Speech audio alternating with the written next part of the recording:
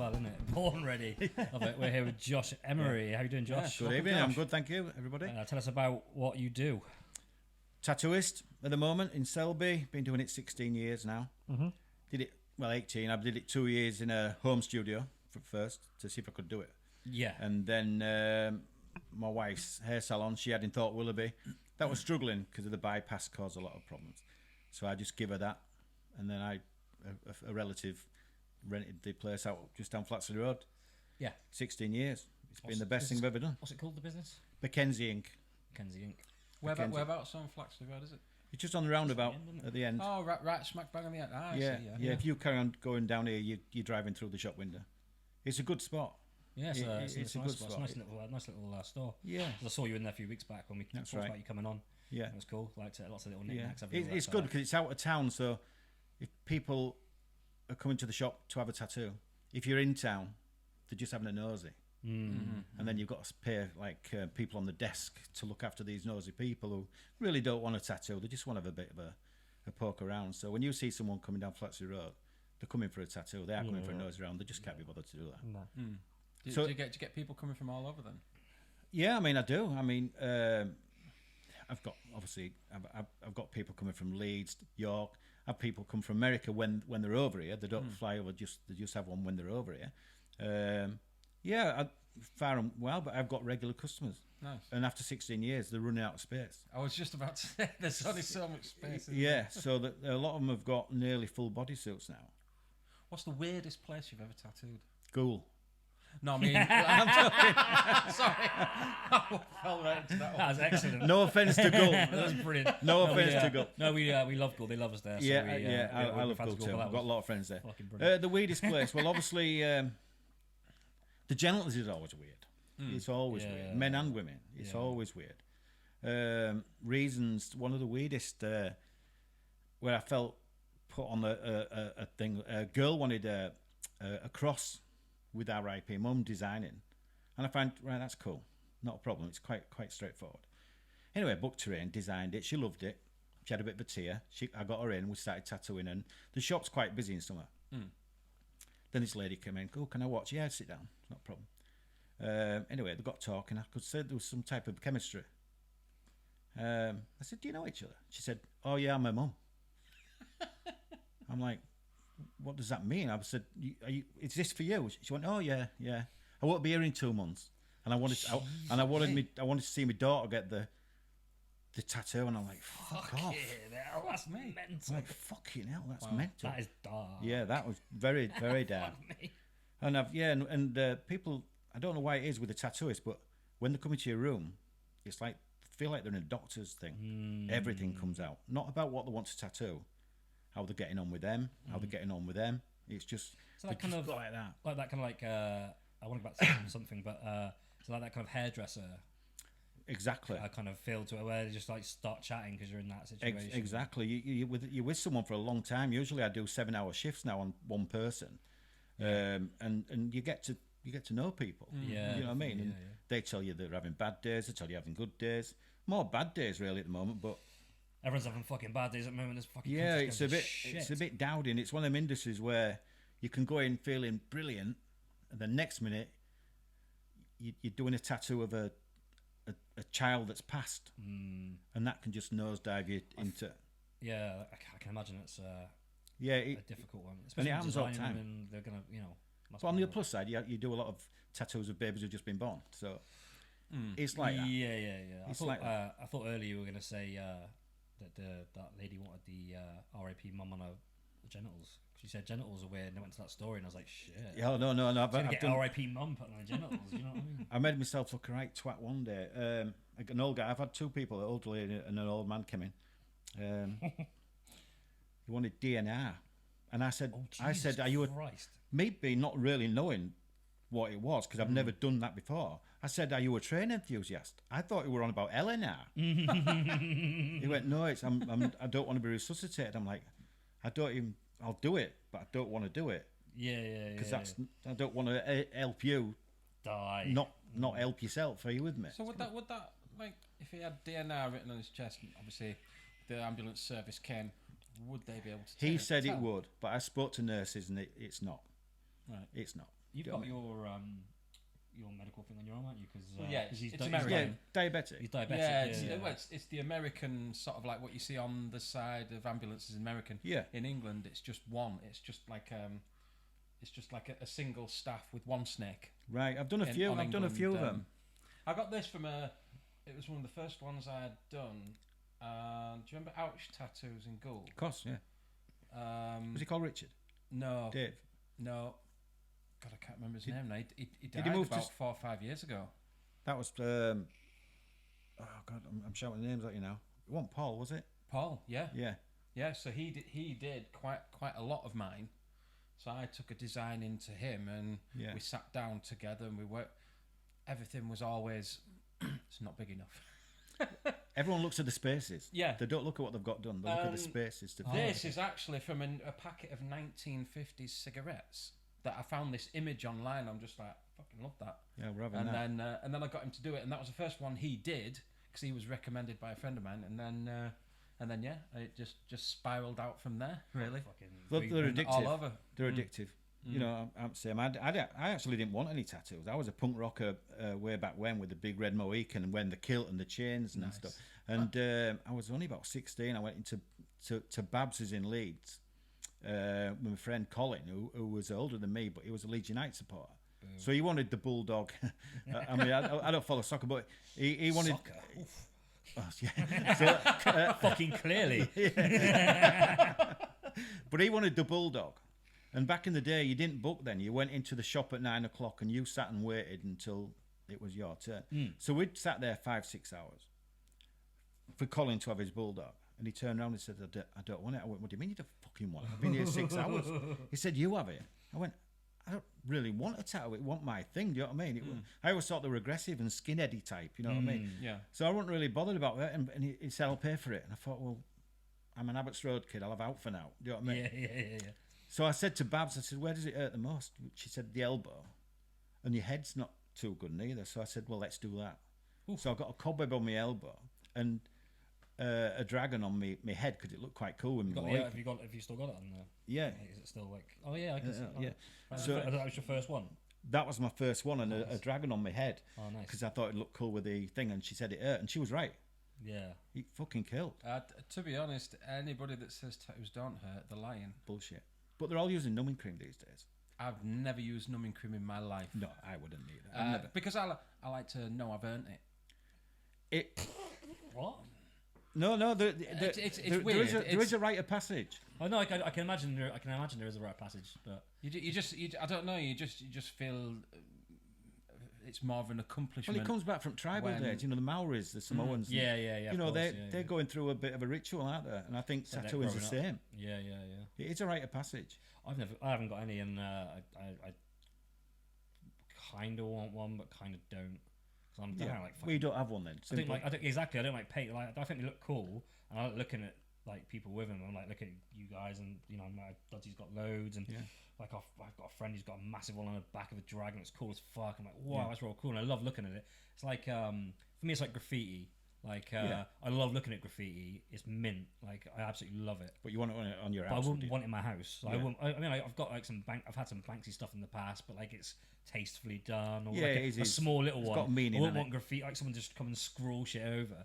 And so, like for me, like I just wouldn't want on myself. I'd be like, oh, am I gonna get bored of it or whatever, you know?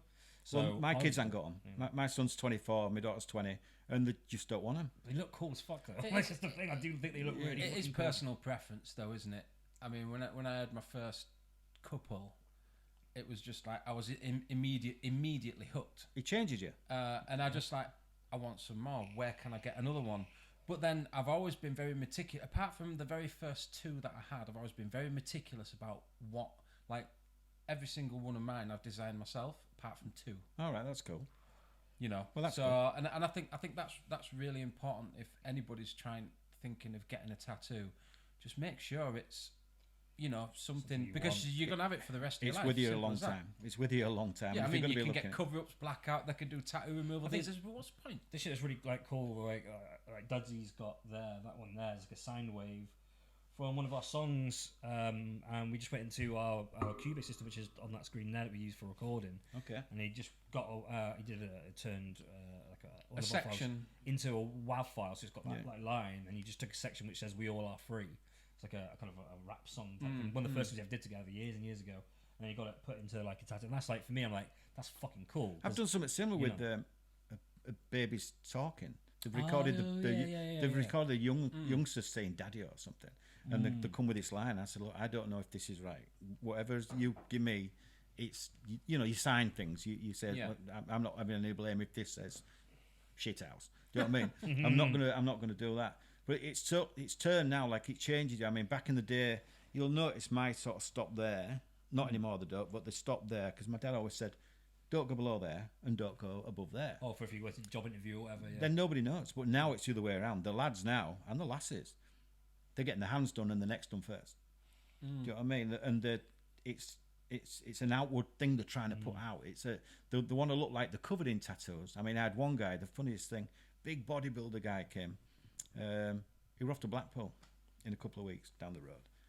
And he asked me to do 2 spikes up on his neck and 2 spikes on his lower arm. I said, what is it? He went, do you mind if you do it? I wouldn't do it, yeah. And he put a T-shirt on it. It looked like it had a full tribal piece. Oh. But he only had 2 little spikes. He wanted everyone to think he had a tattoo, but he wouldn't go through with it. You know what I mean? A bit embarrassing if he pulled some woman and well, I said, all of a sudden she's like, I really want to see your tattoo.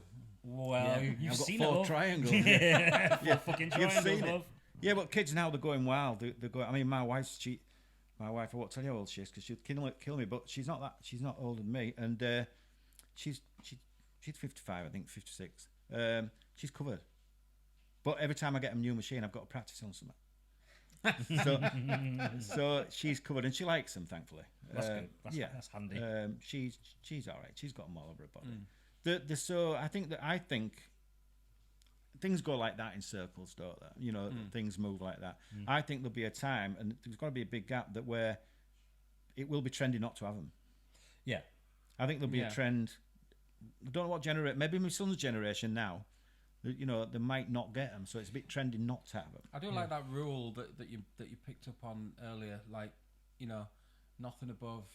So I when I had mine, I got a shirt done, so I've got like a little bit here. Yeah. So I literally put a shirt on, and I did the top collar, and I drew a line, and I said to Paul, I said no higher than that. Yeah. And same with the arms, put a shirt on. So interestingly, what was your reason for that then? So you weren't judged? Because I think that's all changed now. Not so much that. It's just like, well, they're my tattoos. They're for me. They're for nobody else. Yeah, I get that. Yeah. Yeah. I find now I probably wouldn't give a shit now if I went sort of like a bit further and on the hands, but I don't know, mate. Because obviously I deal with a lot of customers with my job. Of course, yeah. So to maybe have a full facial set of tattoos, you might terrify them. They might be very judgmental. I feel like there's like a certain. You kind of said it earlier, like when you said about tattoos being like aggressive. Yeah. Like, and there is that, but I don't agree. Like, I don't think they're aggressive, but I think for some reason face tattoos, like, they just seem aggressive. Like, even if the person could be the nicest person in the world, a face tattoo makes you look. I think tattoos have changed now, though. The lads are getting flowers on them. You can't be aggressive with a tulip on you.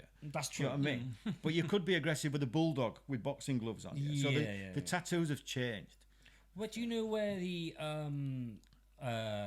what the origins are for like the teardrop tattoo? Obviously, no. Like in America, I think it means you've killed someone in prison, or you've been in prison for killing someone. Well, Glenn, do you know why that is? Me personally, I've no snippets of it. But Glenn from Bloodletter Tattooing in Selby, he's an enthusiast as he reads all this. It's all from Russian prisons. Russian prisons. Yeah, usually. Yeah. I mean, I was in a gaming convention with my son. I've got this one here. This was done with the whalebone, the proper Samoan. Oh, nice. That was in a Liverpool tattoo convention. And I was getting a hot dog. And this Samoan guy was there, and he stood back. He went, whoa, have you actually done it? I went, what, put sauce on it? What you're talking about? He said, your hand tattoo. He said, you only get them if you've decapitated someone. Oh, shit. I said, I haven't, but there's time. Do you know what I mean? So they all mean. I mean, Watch out, Mrs. Emery. Yeah. Interestingly, all these little things, I want aware of it. We, English tattooists don't. you've got to be sort of authentic, I think, with some of it. And all these signs, these little shapes, they all mean something. You know, like that's family, friends. That's your rite of passage. That apparently, a diamond is a thing, but if you've got a bit of a skill, it's a bit of an off-cut diamond. That shows you the bit of an edge to you. So it all does that. To go back to the thing about being aggressive, was when I went many years ago. When I was singing. I used to sing barbershop. In the barbershop choir and quartet, but mainly in the choir. And my choir had won the English championships. We got to go to America, so the American ones, they're the best. The Americans are great. They invite people from over the world. So we went over, and there was also a choir over from New Zealand. Now, they were all like Maori lads, and they were singing like sweet barbershop stuff. But then they were in a hotel with us, and they'd get in the pool, and it's covered in tattoos.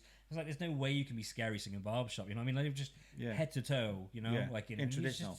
It's just I think it's just got that a reputation for some reason. Yeah, I think maybe you touched on it earlier with skinheads. Going back into the 80s. Yeah, some of my tattoos, they mean absolutely nothing to me. I had £50. And I wanted the biggest tattoo I could get for £50. And that's what it is. I mean, I kept away from my face for a long time. Just because of my mother. You know what I mean? My mother was... Your mother getting kick. Oh, your mum goes mad. Your mum goes mad at you, doesn't she? Like, even now, I'm 48 years old. If I come with a new tattoo, she'll just like... a liar. Well, I came home with a big bloody Mohican and all that, and I walked down the street and down the garden path. My mum ran out to meet me. She smack on the side of the head, and what you doing? What, look at you? And then I won't mention the names, but my mum's friends over the road too, they were pointing and laughing, and she went over and she grabbed him. She said, "You leave my son alone, he's original." I'm like, you've just knocked 10 bags of shit out of me for looking like this. Now you're defending what I'm looking at. But I stayed away from the face for a long time, and I only did that for one reason. I'll tell you a story about it. Is that a friend of mine, Fred, he's a North American Indian. He was North American. He's dead now. But I used to go see him when he was in hospital in New York, and he had amputations going on and stuff. He's died now, but he was one of my best friends. And I was meant to take him something. I meant to take him a DVD from all his friends, and I bloody forgot it. And I got there, and he sat there in the wheelchair with no limbs, and he couldn't get out. He couldn't do anything. He said, "I'm going to take you outside and slap you on the face." And I thought, well, you're not. Because you're not. Do you know what I mean? You can't. You physically can't. And when he died, as a bit of a token gesture to him, I've got he's from Seneca, he's a Seneca Indian. I've got a Seneca arrow on the side of my face, so it's like he's eventually got his... Yeah, got a slap on you. Yeah, and that's the only reason nice. I've got. Yeah, that's the only reason I've got that. That's the kind of shit that I like about tattoos, is that you can have that meaning. Just something that you've got on you that'll always... Just nice reference. And I don't think you necessarily need it, but it's just like I said, Dudzy's got the mean stuff to him. I think it's nice to have that, and it's a diary. It's a diary. Yeah, essentially, yeah. It's just like an artistic diarying yourself. I think it's it's cool. I'm just and your travels, pick them up. I've got little tattoos of most people where I've been. I always try to get a tattoo of where just okay, I got that so and so, and I got that down so and so, and I got that up there. It's nice to reflect and have a look. You know what I mean? And think, it's just nice. But a lot of kids, like I was in part of it, they just want big and bold and quick. They want it done now because they want to be in the disco, the discotheque. In the discotheque. Yeah. They want to be out there, don't they? And they want to look like the other guy with the full sleeves. And there was a big thing with the neck, beards was in. And then the wings on the neck and the owls. That was the wings that come across here. Yeah, and then went up to the neck, and there was a trend with that. And then beards sort of went out. Now these lads are walking around, and they still look cool. So, you know what I mean? They still look, but they've got the. Is a beard a type of tattoo? Sorry. No, sorry, it's just a beard. Just beards, actual beards. Men were growing beards. Young lads were growing beards. Right with you. I thought it was like a type of I don't know what sparked it off, but everyone had a beard. Do you know what I mean? And they look cool. And they've got the tattoos to sort of think. Then the beards went out, so they're getting them shaved off now. But they're still left with that. You're always left with the tattoo. It's not going anywhere. That's why you've got to make the best choice, because it's not going anywhere. And I think another good thing is to make sure you do your research. Yeah. Like anybody that's thinking of having a tattoo, if you go and look at a tattooist and he can fit you in tomorrow, and he hasn't got a very full diary, I usually say to them, stay away. That's suspect. Go with somebody who's got a massive long waiting list, because you know that they're going to be good. Yeah. And everybody puts... Do you put like your stuff online? Like I do what I'm sort of bits and pieces. Because I do what I do, and there's I think there's 11 studios in Selby now, which for me is great. There's 11? Yeah, there's 11 tattoo studios now. I didn't realise there was that many. Yeah, there's 11 now, and there's other people doing it from home, in the gardens, in the sheds, and the council just passing. Again, I like the community, but it's a hard community because everyone's a little bit peeking over fences. What's he doing? What's that? I'm not into all that. That's a really good kind of like segue into kind of why we do. A part of the reason we're doing this podcast. Mainly we like talking to interesting people, right? But also we're trying to like build some kind of like community links with people and just like businesses, so we can get to like know people and we can pass people on and get, because there is too much of this like scarcity mentality, you know, whereby everyone wants to keep everything for themselves. Yeah, whereby like tattoo is one of the worst ones. You don't need to do that. Absolutely do. You do not need to. There's so many people who want tattoos. You don't need to be like that. You can help each other out. You know. That's what I'd like. That's what I think's good. I mean, you know, I have the young girls. There's loads of young girls now tattooing because it's changed. Because 70% of the knowledge of tattooing was in setting up the machine. Right. Okay. You know, the old coil machine, the magnetic machine. That 70% of your knowledge was in there, and if you can draw a little bit, you're all right. But now, the new machines, I could, without taking any skill away from what these people do and what I do, I could have you doing certain tattoos next week with these pens, because it's just plug and go. It's like using a pen. So these kids, I'm not being thingy when I call them kids. They're not kids, they're adults, but they're a lot younger than me. And to you, they're kids. So they start off on these new machines. And it makes the job so easy. And that's why there's a growth, I think. I think there's a growth because it's more accessible. Yeah, and that's good. It's the same with music, you know. Now we can do, like we did both of our two albums, we did at home in my old studio with a laptop and a few mics. Yeah. And as technology gets better, it just becomes more accessible and more easy. So I'm assuming it's the same with many fields, and tattoo's got to be one of them, you know. Well, GarageBand. Well, exactly. I can't use GarageBand, but I know people who use GarageBand. No, you can do it on your phone. You don't even need like a laptop anymore. You can just do it on your phone. You don't need. Is that a good thing? Does it take the skill set away? Well, the skill set's in the actual music, and with tattooing, it's in the actual art, of it. And, I think so. I don't think it. Obviously, if somebody like you used to spend a lot of time getting all set up, I remember because Paul used to use the old coil and everything with the little foot pedal. Yeah. I don't use them anymore. I'm with the young ones now. Yeah. Oh, he's down with the kids. Isn't You know what I mean? I'm at the discotheque with them. You know what I mean? No, I don't think it's necessarily. I don't think it's good. I think, like I said, the skill is in for music's in the music, like songwriting, right? Yeah. Like anyone can bang a few beats together. Yeah. Like not everyone can write a song. I agree. I would assume I would rather go if I was going to get a tattoo. I personally would rather go with someone like yourself who used the old school stuff and was like, because I'm like that, like, you know, like he knows how to do art. He's done it proper. So I don't know if it's a good thing or a bad thing. Like anyone can make music, which is kind of a good thing.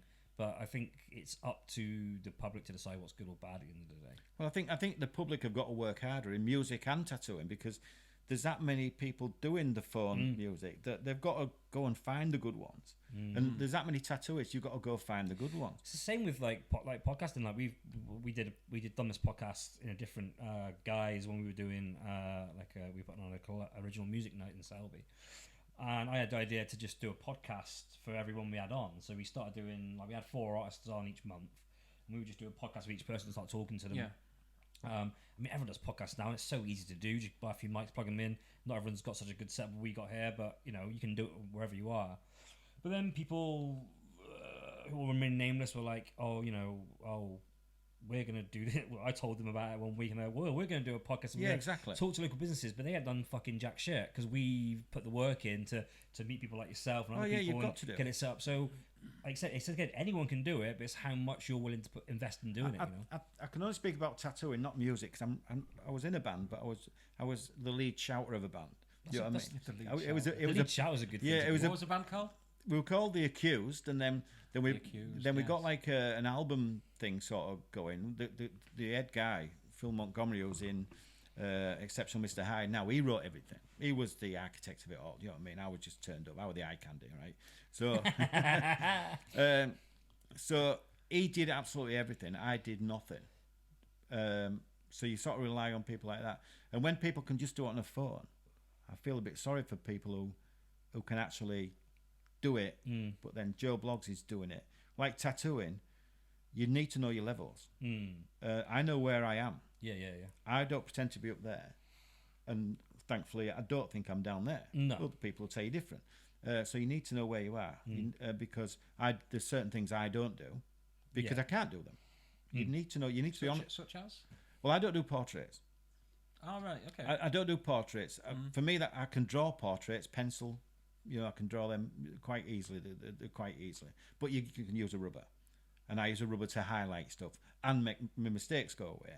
Tattooing, you don't. You only got one hit. Yeah. And if you put the pupil out 2 millimeters one day, you've got a boss-eyed child forever on you. Do you know what I mean? So I don't. So I don't sound arrogant, but I'm sort of booked up enough that I don't need that pressure.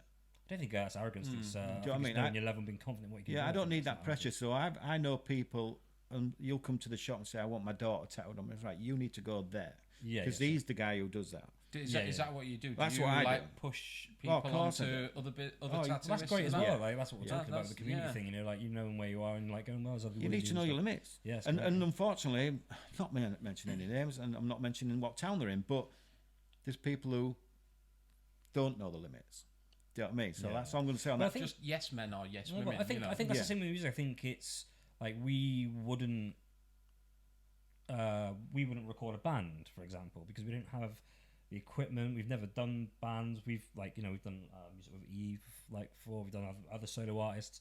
We know we can do that. We know what level we're at. We can do our own music where we want to do it. We don't. If someone was like, oh, we like a band came to us like, we want to record like with you, we wouldn't do it because we don't know really how to. We'd be shooting in the dark a lot because we just have never done. I think if we had the right equipment, yeah, but we have to learn. Yes, we'd have to learn how to do it. Just do what you're good at. Yeah, we just do what we're good at. We know what we're good at. And leave the other people to do what they're good at. Exactly. So we plus one sort of like a proper studio with the big rooms to go and record, and we wouldn't do this. I think that's an important point. Is that if you know. Again, it's that scarcity thing. People are afraid to do that. They're like, "Oh, if I turn away business, if it's like." But if you do a shit job, and if you can't do a shit job, you lose. That's going to make it's going to be way worse for you. I mean, I do the Elvis Presley's, Marilyn Monroe, but end of the day, you put a quiff on a pineapple, you've got Elvis. do you know what I mean? Because there's a lot of resemblance there, in the hair and her hair. But when you're doing your daughter, even dogs and animals. It's in the eyes. Everything's in the eyes. You know what I mean? If you do a mess that, we've got Scooby Doo. But going back to the band, we was called The Accused, and we brought a thing out on Spotify, but we wouldn't let us do it because there was a band called The Accused in the 80s in America, and they had the name, so we had to change the name, called the Guillotine Club then. I remember saying about the Guillotine Club. Yeah. And then obviously because I'm at an age and I'm not a retirement, I won't retire. The other guys in the band, they retired, so they had more time on their hands. So it's natural progression for them to sort of spend the days working out other things, and they don't want to wait for me coming home at 6-7 o'clock on a night just to shout for half an hour. Do you know what I mean? So I went to see them the other night. They're really, really good. Really, really good. I would love to. We'll have to have a chat with them. Yeah, Phil. Yeah, someone said they've just got a new album out. They're really, really good. What's the album called? They're that good. I forgot. I've got it at the shop there. I don't know, but again, that goes back to letting things go. I'm in the band. Now they're doing well, so I want him to do well. It's about wanting other people to do. It's a good attitude to have, man. Like it's a good attitude to get. Do you know what I mean? Just let it go. Just do what you do. Yeah. So no, I don't do. I do a lot of freehand. I draw on people's skin, then I tattoo it. Sort of like biro it on or something. Just go. What do you think to this? Yeah, with sharp. I just I draw that on. It might take half an hour to an hour. And then they've got an original piece. Do you know what I mean? They've got an original piece. But that's you collaborating with your customer by tattoo. Going, what do you think? What do you think to this? Then they can go, yes, I like it, or can you just change this little bit? Exactly. Paul did a lot of that with me. They've got to design it because they're living with it. I'm on to the next one. Yeah. They've gone. They've got to look at whatever they've got on their arm for their lives. So they've got to have something in it, even if it just takes a bit of the blame away. Well, you wanted it. Do you know what I mean? But people have some silly ideas as well. You know what I mean? I mean, I've got my own portrait tattooed on me, because Glenn, my apprentice, he wanted to practice a beard, tattooing a beard. Well, things haven't turned out how they should be. But Rolf Harris was one of my heroes, right? Because of the drawing. So it was either Rolf Harris or me. Things haven't turned out. So so it was either Rolf Harris or me. So we went with me. I bet you were glad it was you. Yeah, less of the two evils. I think you're slightly better off. Than and I've got Rolf Tommy Harris Cooper on this leg because he was my biggest thing. I used to watch Tommy Cooper with my gramps was around to Tommy Cooper back in the day, and used to watch him all the time on a Saturday night. Brilliant! I remember him dying on stage. Yeah, he died at the Palladium, I think it was. Fucking course he did. And they're all laughing because of the part of the show. Oh, that's right. They thought he was fucking about. This is hilarious. Look, he pretended to be dead. So it was. Do you know what I mean? Fucking dead. Yeah, Jesus that's it. Christ. I don't think he did himself any favours, though, did he? No. I mean, it was obviously back then, 70s, 80s. It was like everything. Having it large. Yeah, everything. You said you were old school punk. Like what? Were you? Were you just into punk? Was that what your? Because I found I've known a few bikers and stuff over the years who are all punks, and they won't listen to anything but punk. It's like punk and a small section of metal. You know? No, I was punk. I was punk all the way through, from the Sex Pistols coming up, and then you had groups like The Exploited. We're still going. He's in Australia touring now. He had a heart attack on stage the other day, and he turned up the next day to do a gig. He's bonkers. We didn't hang around with them, but we used to meet him for a drink before the gigs. And it's funny because when you get kids coming in the shop, we're into a band called The Exploited. And I went, oh yeah, what? He went, how do you know? I went, to drink with him. Do you know what I mean? Cal from Discharge. All these. So we Discharge. We thumbed it all over the country, up and down the country. We slept rough in London for 3-4 nights on a go, just to keep going on the tour with somebody. So we did all the punk thing. Unfortunately, there were other things going on with the punk thing as well, which we won't get into. But if you want to get into it, yeah, drink was a massive part of the thing and all that. And we did all sorts of stuff. It was good times as far as I can remember. The bits you can remember. Yeah, do you know what I mean? But people, it was back in the day. We'd be walking down the street, and men my age, probably looking back now, they used to spit at us. They didn't know what were happening, so the only action was to be aggressive. Yeah, there was a documentary I watched a couple of years back about Johnny Moped. Oh yeah, it was called Mostly Johnny Moped, and it was a really good documentary because it went into the scene where they grew up and. All the kind of big and like lots of big bands kind of started there, and big singers started there. This little club, like I think it was like Milton Keynes, something like that. One of those pop-up towns around London, And it was bleak, but they had this kind of like scene of this bar they went to, and that's where they would all gather, and like loads of famous people ended up going, like starting there and moving on to bigger things and whatnot. And despite what the music sounds like, the love, like, and respect for each other and like the attitude isn't what is kind of portrayed, like in you said about people spitting at you, the button down people of England didn't really get what it was about. They never really got punk. Like I don't look like a punk, but I'm like I was quite into punk for a bit. I've never really dressed like a punk or anything. Like I just like the music. But whenever I've looked into the bands and stuff, I've always been really enamored with the kind of lifestyle of it because it wasn't that aggressive. Like there's a lot of respect for each other in that regard. And I think it became a sort of us against the world type thing. And within the kind of like movement of punk, it wasn't what was kind of and seen from the outside. It was a different. Some bands though, they took it to another level. Sure, like The Exploited. I've been there, and no, I won't go down. I don't think I'll go down that story. That was a bit gruesome. Up to you, mate. Tell us if you want. We don't care. Well, right. It was in Bradford at Palm Cove, and we used to sleep rough at Palm Cove. We used to go St George's, Palm Cove, and obviously there's a big Asian community, and we had friends there who were Asian punks. We used to go with them and all that lot, and we were singing and all that, and we're drinking and all that, and all of a sudden, a pig's head rolled across the dance floor, and Watty out of Exploit were kicking it, but it wasn't aimed at them. It was aimed at the police. Ah, okay, right. Do you know what I mean? So it was. It wasn't against them; it was against the police. And I'm thinking, he's kicking a fucking pig's head on the thing. Do you know what I mean? That was bonkers. That's what I mean. I think it was always like the kind of anger or venom in the punks. It was never in the scene. It was never at each other. It was always at the. Oh, definitely. And I think that just came from people not understanding it. It just kind of grew into this thing where it's like us against everyone else. I mean, the Clash. They were political, brilliant band. Oh, fantastic! I wasn't into them too much back in the punk days because politically, I was about having fun. Sure. Politics. That was for people who knew what they were doing about. Do you know what I mean? I was just drinking cider. I was just drinking Merry Down cider and just having a good time. And then Crass came out. Crass was like in between band. There was punk hippie. They were all vegetarians, vegans. There were anti-animal cruelty, which is brilliant. And we sort of drifted towards that. And then Glastonbury came about in the early 80s, 81, 82. We went there, and it was a free concert back then. Yeah. There were no fences. No, just go in. Just go in. Do you know what I mean? And I remember going in. All these eco warriors had built a Stonehenge out of cars. It was mega. Do you know what I mean? It was fantastic. Yeah. Funny story. One year, I'd done too much drinking, and it wasn't the main stage like it is now. It was actually a cowshed to start off with. So I got drunk, and I thought it was raining. I need somewhere to sort of chill out. Do you know what I mean? So I got under this bloody canopy thing. Heard some music. I woke up a couple of hours later and I came crawling because it was only narrow like that. I was only about 4 foot high. So I crawled out like I looked up and bloody lead singer at Cure were looking at me.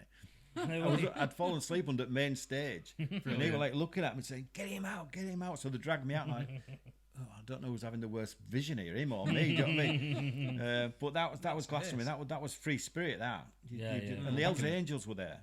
No trouble. No. They just part and parcel. They actually monitored the situation. Yeah, what they used to do was security, didn't they, and stuff. Hells Angels, they were. Yeah, Woodstock and all that. Do you remember all that? Yeah, they were. That went on. Yeah, because there was that one thing with the Stones, weren't they, where it all kicked off? Yeah, that was Woodstock. Was that Woodstock? I think it was Woodstock, wasn't it? That it was America. It was in America. It was American. It was in America. I don't think it was Woodstock. I think it was. Not sure if it was Woodstock. I'm sure it was one of the. I can't fucking remember now. It might be Woodstock. We'll have to Google it. I'm gonna fucking find out. Yeah.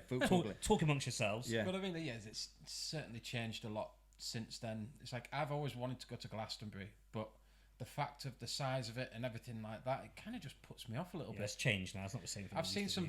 Obviously, you get people doing vlogs, or whatever. Yeah.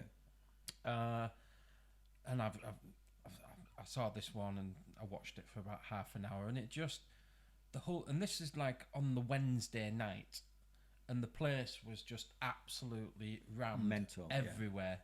Yeah. And even they wanted to get to the main stage to what I think it was Arctic Monkeys, something like that. And they could barely get anywhere near. No. And it was and that's what puts me off. I much prefer like the kind of like the up close and personal. Bit like Dr. Inks. That was very up close and personal. Good, yeah. That was. I mean, Glastonbury changed. I mean, it was. Yeah. Believe it or not, I've no hair. I ain't got a hair on my head actually. Well, I've got two hairs tattooed on my head. Funny enough, 2 rabbits. But look like hairs from a distance. I had dreadlocks. Because I was going through that punk hippie stage, and that's what it was all about. Now you've gone from people with dreadlocks with birds living in the hair, do you know what I mean, who didn't really give a fuck about appearance, to girls wearing £300 Wellingtons, and shorts that probably cost £150 from wherever. Yeah. It's a different mindset now. It's all about the money now. I'm not a music snob per se, but I grew up watching Glastonbury in the 90s, I guess, when I was when he started televising it, I guess I was like 12, so 94, 95? When was Radiohead? The first thing I saw was, I think, 97 Radiohead. That was 97, yeah. And it was still very rocky, and I've watched it go from that. I'm from Bristol, so I'm not far from Glastonbury. So it was always kind of a, I don't know, we kind of felt like it was our festival down in the south, you know. Even though I'm like miles and miles from Glastonbury. But it's just changed, and like the music, you just get pop singers and stuff. Well, I like country western. Dolly Parton was on. Dolly Parton, she did Glastonbury, didn't she? Did she do the Legends slot or something like that? Yeah, I watched it the other night. Actually, it was on. But now it's just pop, a lot of pop people, and it's not for me the same thing. I seen New Order there. They was fantastic. New Order, great. Yeah, I tell you, it was good. Robert Cray, he turned up one day. He was really good. Yeah, Robert Cray. Yeah, I seen Van Morrison there. Nice. Billy Bragg. He's staple diet there. You know what I mean? I was just going to say, doesn't he just play everywhere? Billy Bragg? He was down the other night playing. And my mate went. The Rolling Stones thing was the Altamont Speedway Free Festival. Right. It was a festival. It wasn't Woodstock. Yeah, that was in 1969.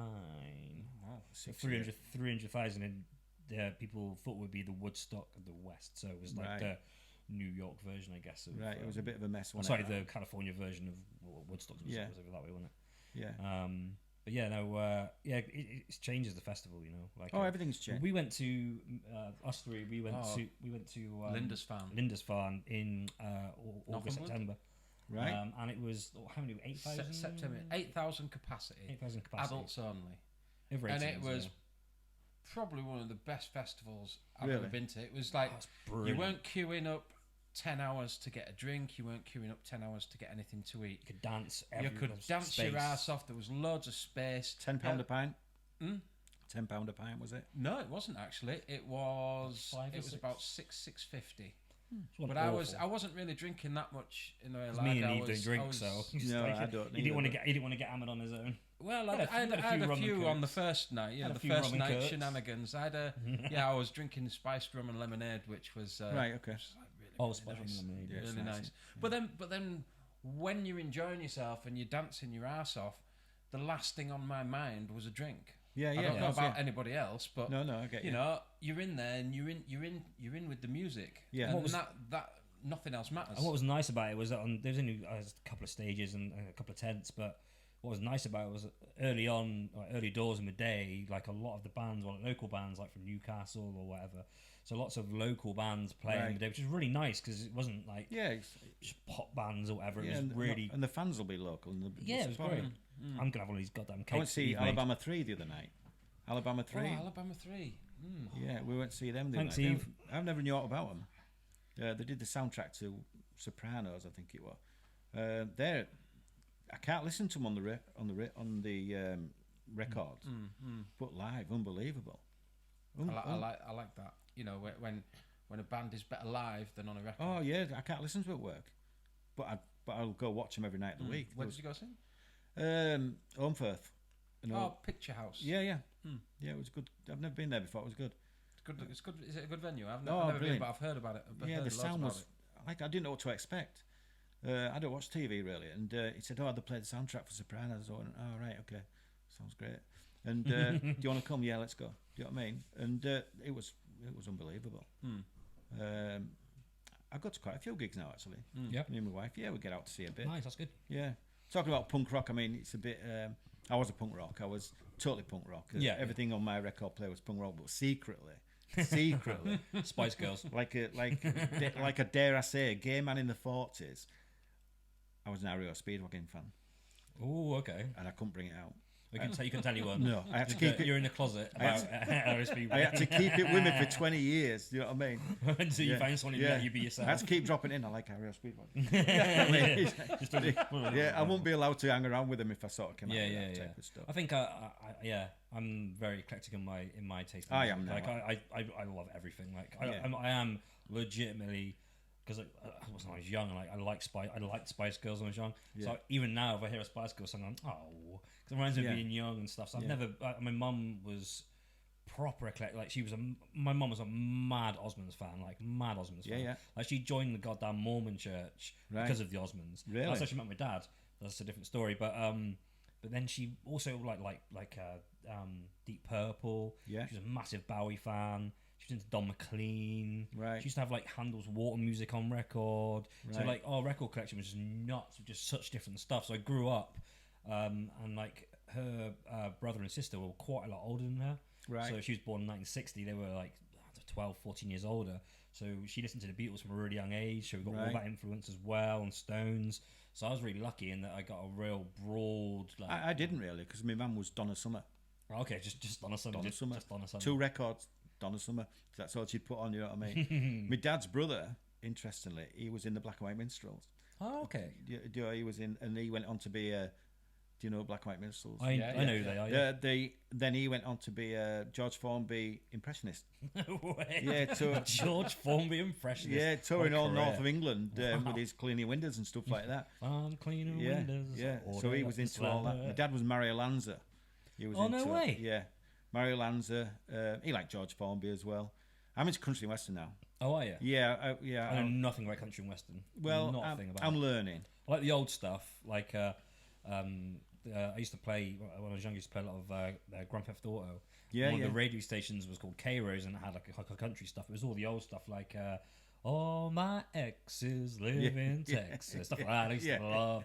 And 2 cigarettes. In it's just boots and jeans. They just sing about boots and jeans. But the new stuff I don't like as much. It sounds more poppy, but it's gone massive. It is massive. It's massive at the moment. Yeah, it is. It's having a real moment.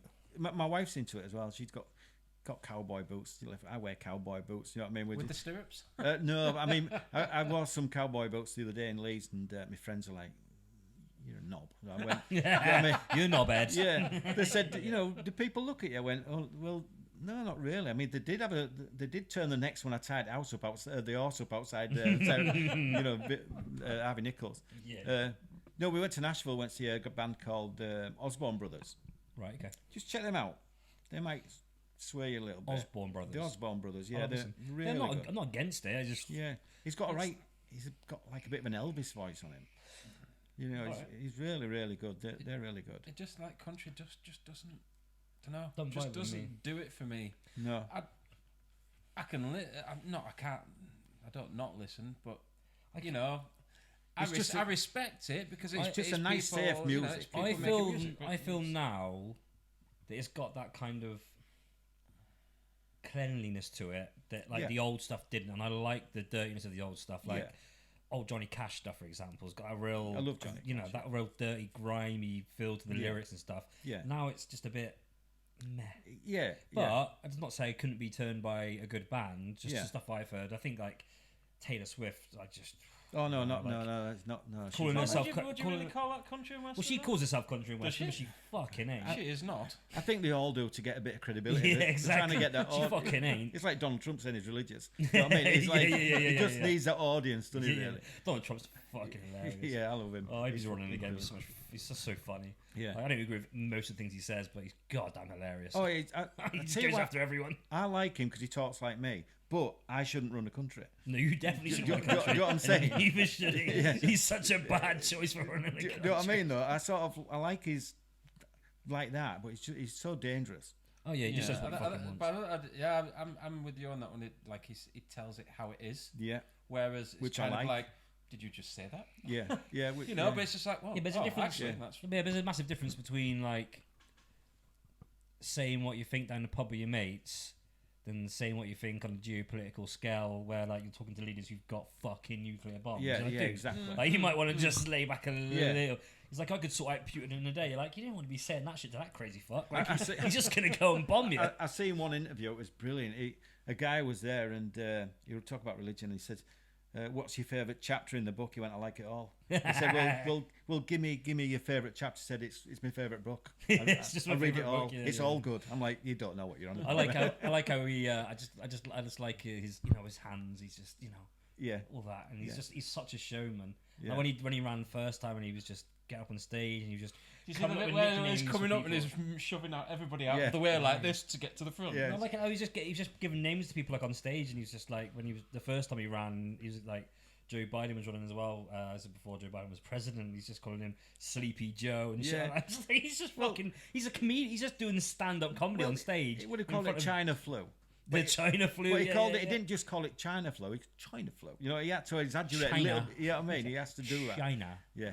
I like him for his directness, but he should be nowhere near any red buttons. I like him because he's fucking funny. He just says funny shit. Yeah. And Joe Biden's just dead on stage, so it's just hilarious to. Joe Biden's just a puppet. Joe Biden can't get a string of sentences together. No. Let alone run a fucking country. No, I Joe struggle Biden sometimes. sentences. But no, I don't like Donald Trump, but he's fucking funny. I'm up back to the States in January. Oh, cool. And it's when it's all going on and all that. And you're going to be there for the election and shit? Yeah. And is that next year? It's all starting. It's all rolling out. It's all rolling out. Right, okay. And I was on the beach. I've got a video on. I was on the beach. I was in Daytona Beach, Christmas Day. We were having ham and cheese sandwiches, literally sandwiches in Daytona, and we had these big horns coming. What the hell's that? And it was a big van, and I've got it on my phone, and he had speakers and he had banners of Donald Trump. who pro-Trump, you know what I mean? Yeah. And he was saying, Biden this, man, that Biden's going to kill me and all that. And I stopped and talked to him. Well, I didn't stop and talk to him. He stopped and shouted at me. Just shouted at you for a bit. He said, where are you from? I said, England. He went, what the fuck you doing here? Get off that fucking bitch. I'm like, well, hang on a minute. I thought you meant to like us. Do you know what I mean? And he was gone. And I think that's a lot of the people who are following him are a little bit. Yeah. I think there's one, like, saving grace for this country is that we don't... I mean, our politicians are shit, but they're not. We don't have the... There's not quite the same circus around our politics as there is in... Like, you know, because I watch a lot of American podcasts, so I kind of get it by proxy of just watching it, what's going on. But, you know, it's just it's a farce. It's just I don't begin to understand any of it. It's nuts. But it is a circus. It is a fucking circus. And it's TV.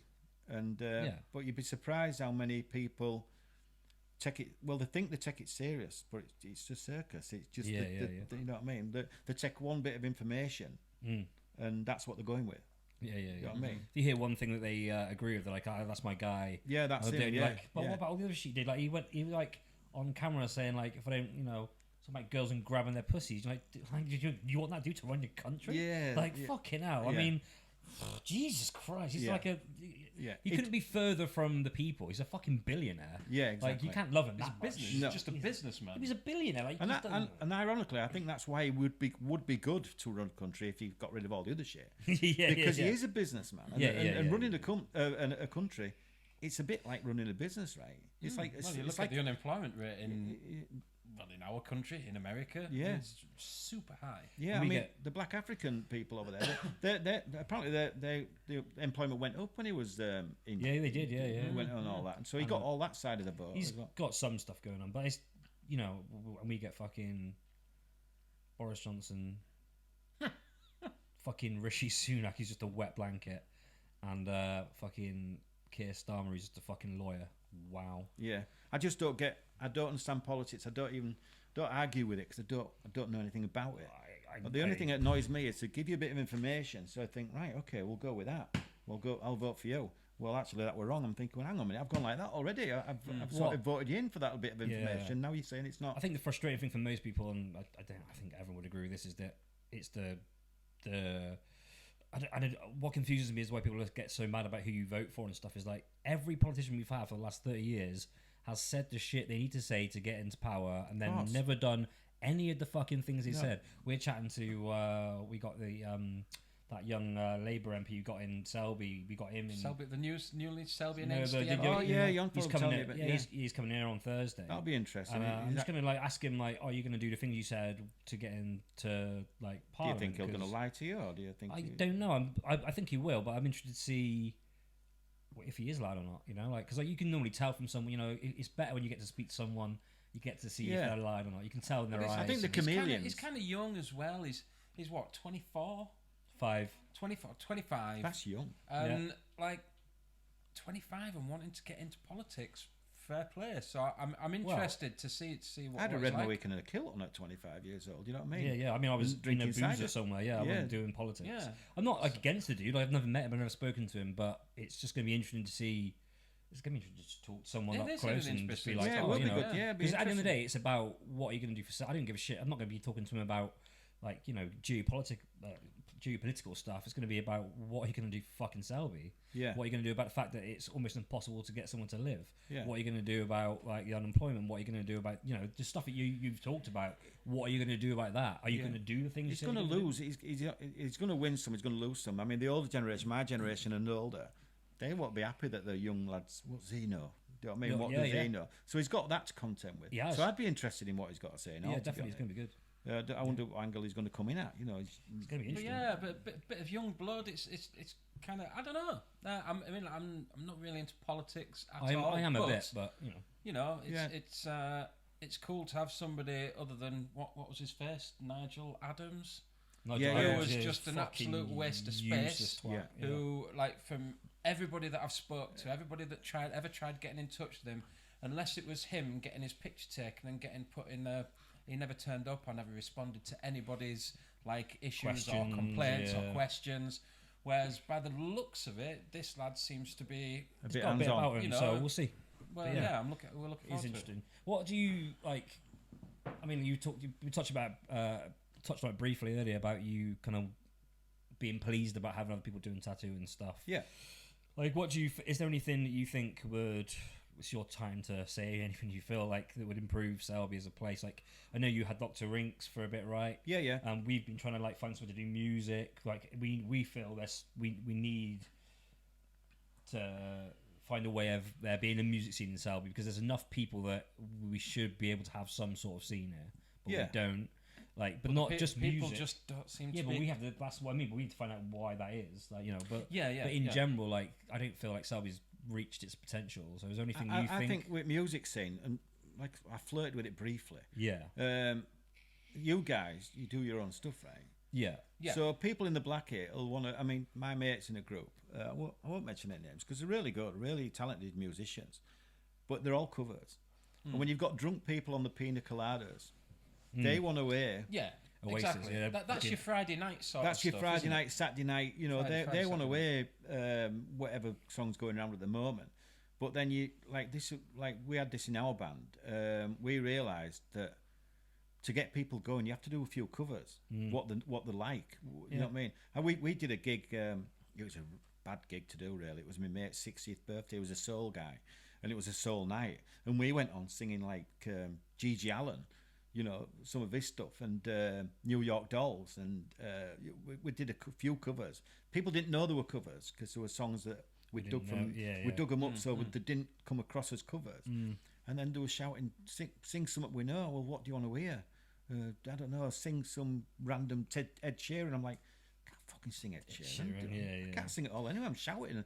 These songs are chosen to be shouted. You know what I mean? So people like to hear what they know. Yeah, that's the issue. And I think the audience, what people like yourselves who write your own stuff, are hard to find. Yeah, and that's what we're trying to work out. We're trying to work out what it is we can do. Well, we tried, but I just feel like the population growing like it is in Selby because of all the fucking houses that have been like, you know, thrown up. Yeah. Like, there's got to be a way of getting into that where we can like find somewhere we can go and do. I don't know what shit, the kids listen to these days. Yeah. But I don't think it even needs to be kids, because like a lot of the I say kids, I mean 25, 30. Like, I mean a lot of people who moved into these houses that have been thrown up are like commuters, right? So they're working in Leeds, they're working in York, and it's cheaper to buy houses around here, so you go buy houses at Thorpe or whatever, right? But like, there's thousands of people here, so like, there's got to be a way of, and I'm not just talking music. I'm just talking Selby in general. Like, making. You mean like a set venue where this goes potentially on? set venue, but somewhere like even like a musical. But it's not even just music. It's like culture in general in Selby shit. Yeah, like the arts. There isn't any fucking. There's no arts anywhere. There's no. The Selby Town Hall, which is quite a nice venue, but I've got my thing with Selby Town Hall. That's one of my biggest things with council. I don't hate Selby Council. I don't like them neither.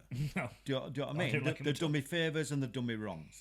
Do you know what I mean? So that's where I'm at. Yeah. But Alan Carr was playing, you know, the comedian. Comedian Alan Carr, yeah. So Glenn, who used to work with me, I sent him down at 8 o'clock. The ticket office opened at 9. So I sent him down at 8 o'clock. I said, just wait there and get me 2 tickets for me and my wife to go see Alan Carr. The doors opened at 9. They'd all gone. They'd all been given to everybody's mates. Yeah. And I'm like, are you fucking kidding? Of course. Yeah, that's fucked up. Do you know what I mean? I thought that sort of into Yeah. We ain't got a chance. I think that's generally what happens with the fun day. You know, the fun day that happens every year. Which I went this year, and finally they had a local band on, Black Dogs. Brilliant. And they were on at 12 o'clock, midday, or 12:30, something like that. And I've said to them, we had Dave and Bradders on last week. Yeah. And I said that was probably the best I've ever seen you play. Yeah. And they've been doing it for a few years. And they were like, oh yeah, it's probably because we weren't pissed or anything like that. But the fact that somebody had actually got a local band in, because all the years it's been happening, there hasn't been any local bands. It's like, where's the support for local? Yeah. You know, why is everything coming from out of town? Like, even this one that's just gone, they had like, so obviously there was Black Dogs, and then there was a cover band, then there was this like psychedelic 1960s cover band, and then I can't remember what it was now. Anyway, all it was they were supposed to be billed as 2 separate bands, and the lead singer and the guitarist from the first band. What ship? All they'd done is they'd come off their set, gone on, changed into a different outfit, and come back on. And I'm just like, well, if that's not favours, I don't know what is. Exactly. So there's a lot Sealed of envelopes. There's a lot of talent in Selby. There's like, a massive amount of we just talent need to tap into.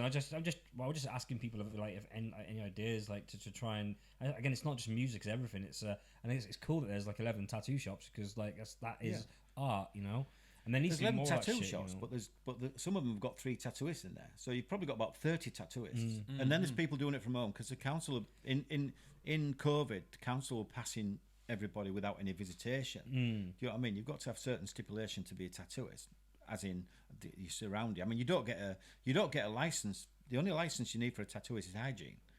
There's no sort of look at what you do and what you don't do. It's all about the hygiene, which is whatever it is. I mean, it's like common sense. If you're good, you'll survive. If you're not, you won't. That's how it's meant to be. But the council were passing everybody. Right. And so everyone were getting these guns off eBay 30, Amazon, 40, whatever, 50 pound. My machines are 400 quid each. Yeah. So there's a difference. But fair play to them. I started exactly the same way. So you can't put someone down if you started that way. Yeah. I think it's I don't know. I think music. I think people. I've just started learning playing guitar. When I say just about 3 years, and I'm crap. I'll teach you, mate. Don't worry. Well, I need teaching, and I'm picking bits up, and I've been doing it. I enjoy it. It's a pick up thing. Go like that and go that. I've got one in the shop, and if anybody comes in who can play guitar, I hijack them. Yeah, you know what I mean? I want something. They've got to leave me with something before they go. Do you know what I mean? Sure, and I think that's the way of getting people in, by teaching people music. Yeah. If you're learning about music, you're getting into music. I think. Maybe, that's an idea that I've been playing with anyway, like just doing like songwriting classes or guitar classes and just get people interested that way. But I don't know. Fuck knows. I think the venues. I don't know what venues there is. There isn't any venues. That's the problem. We're trying to maybe make this play something, but we'll see.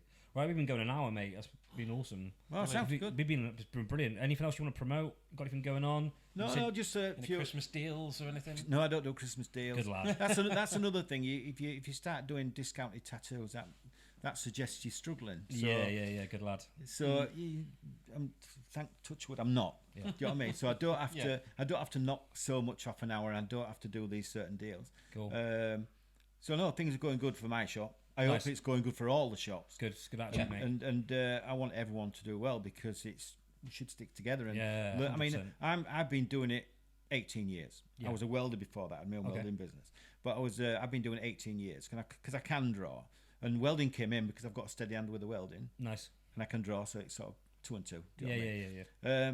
But I learn off. I get people coming in my shop. I've been tattooing for 3 months, and I learn off them because they've picked up on something that I've not seen. I'm like, so you can learn off anybody at any stage. Yeah, 100%. Yeah, definitely. Yeah. Do you know what I mean? And hopefully they might learn off me. They might not. I don't care. But you can if you're prepared to say I can learn from you, and you've only been in a year, that puts you in a stronger position because it just shows that you've been. I think again, it's that thing of if you pretend like you've got all the answers, then you probably haven't got the answers. And the proof's in the pudding. Always meet. You can always meet people who. If you can't meet people and gain what they know, and then not and tap into their knowledge, and you're a bit of a loser, really, because like that kind of like makes it sound like you know all the answers and shit. And you don't. You can always be learning until the day you die. You can be learning. You should be open to that, Always. And that's that community thing. If we can all get together and do this kind of shit and just talk and share the podcast and just get everyone knowing people, because for us it's like. People know you. If people watch this now, they'll know a bit more about you. And so it breeds more of a kind of like trust in people and stuff as well. And it could also reach out to people that didn't even know you existed. Oh, there's this tattoo shop. I might go check this one out. And if you don't want to do it, you can pass on to someone else. Well, which happens. I mean, I'm sure as musicians, you'd if I was doing a gig with my 3 chords, you'd come and support me. Yeah. Even though you can. You beat me. You're way better than I'll be. But you'll come support me. Of course. So you've got to support everyone at every level. We've always been we've always been big into that, like supporting everyone. And we always try and turn up to gigs when we can in the area and go and see our mates play when we're not gigging and stuff. And it's always been the case. And if you don't support each other, then who the fuck you gonna, I think if you can't support other people, it just means you're insecure. Yeah. I think that's what that is. If I can't support them, I'm insecure about my thing. I think that's a really great way to end the podcast. Support each other. Josh Emery. Good, mate. Enjoyed it. Thank you so much for coming on, awesome, man. mate. And we'll see you all very, very soon. Check out the podcast and keep watching. Thank you. Cheers, guys. Thank you.